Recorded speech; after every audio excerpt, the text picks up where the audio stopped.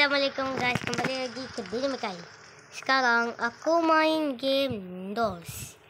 Game ni aku pernah main selalu, jadi aku nak coba reaction korang. Macam mana aku main? Marilah kita lihat. Jom. Okey, macam biasa aku main. Kau ikut je cara aku main ni. Easy sangat. Baru kali pertama yang masih nampak susah. Sekarang dah tahu dah. Jadi kalau aku mati, aku buat part 2 je. Kalau aku malas, aku tak perlu pun. Aku memang yelah. Aku dari Malaysia. Okey, ramai orang Indonesia yang tahu aku macam dari Indonesia. Jadi aku cakap korangnya aku dari Malaysia. Serius, aku tak tipu. Ramai orang Indonesia. Masa tu aku dengar macam dari Indonesia je. Aku rasa dia orang kata ni. Haria, aku rasa dengar video orang aku.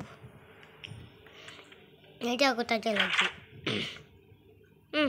Aduh. Okey lah, jom. Kita jalan. Okey, jom aku nak jalan sikit. Okey dah. Okey guys, dah masuk dah. Okey, jom. Ini nak apa je suara ya. Gila belum. Awak pelik je mukanya. Punya balik je lah mukanya.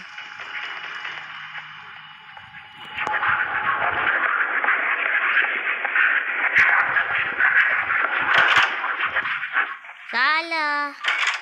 Lupa.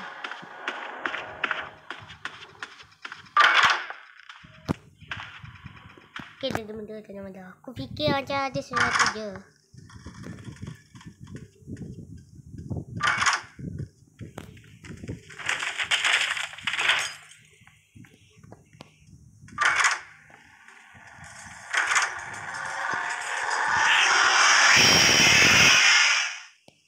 Apa?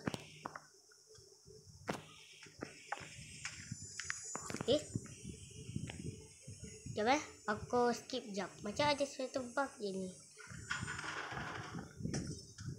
Mungkin kat sana je kot. Mungkin aku awal jalan. Okay, jom.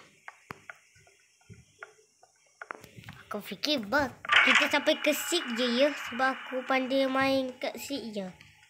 Jadi wah. Okey, sudah. Okey.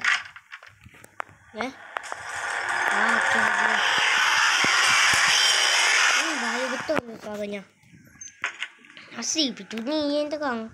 Kita nak.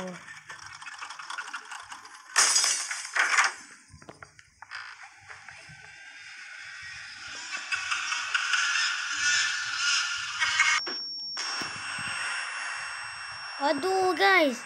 Apa tu?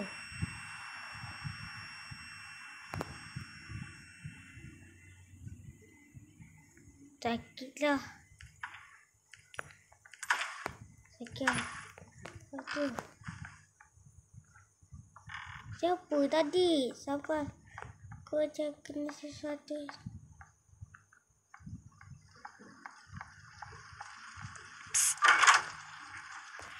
Mana tadi? Sakit. Aduh guys. Macam mana ni guys? Aduh, matilah. Aduh, aku pakai avatar aku lain Nanti aku pinjam avatar aku. Aku masih tak tukar profile. Itu saja untuk kali ni. Nanti aku buat lagi. Bye-bye.